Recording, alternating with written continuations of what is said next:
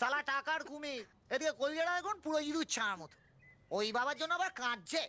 কি বলবো কাকু, আমি অটো চালাই বলে মেয়ের সঙ্গে আমার বিয়ে দেবে না? ভাবুন, প্রত্যেক দিন 50 টাকা তেল পুড়িয়ে প্রেম করেছি, সেটা ফালতু। তোমার বাবা তোমায় কি খাইয়েছে? পুঁটি মাছের ঝোল। আর আমি 80 টাকার বিরিয়ানি খাওয়াবো, বুঝেছো? এইসব বাবাদের কি করতে হয় জানেন? মোবিলে চুবিয়ে না পুরো হাবড়াতে হয়। দিয়েছে নীলুর মা গালে। নাকি?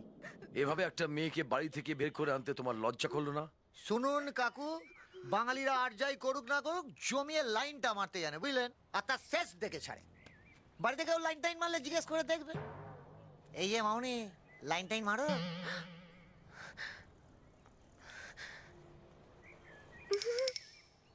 এইটা নীলুর ডান গালে। চুপ কর না। প্রেম, হ্যাঁ?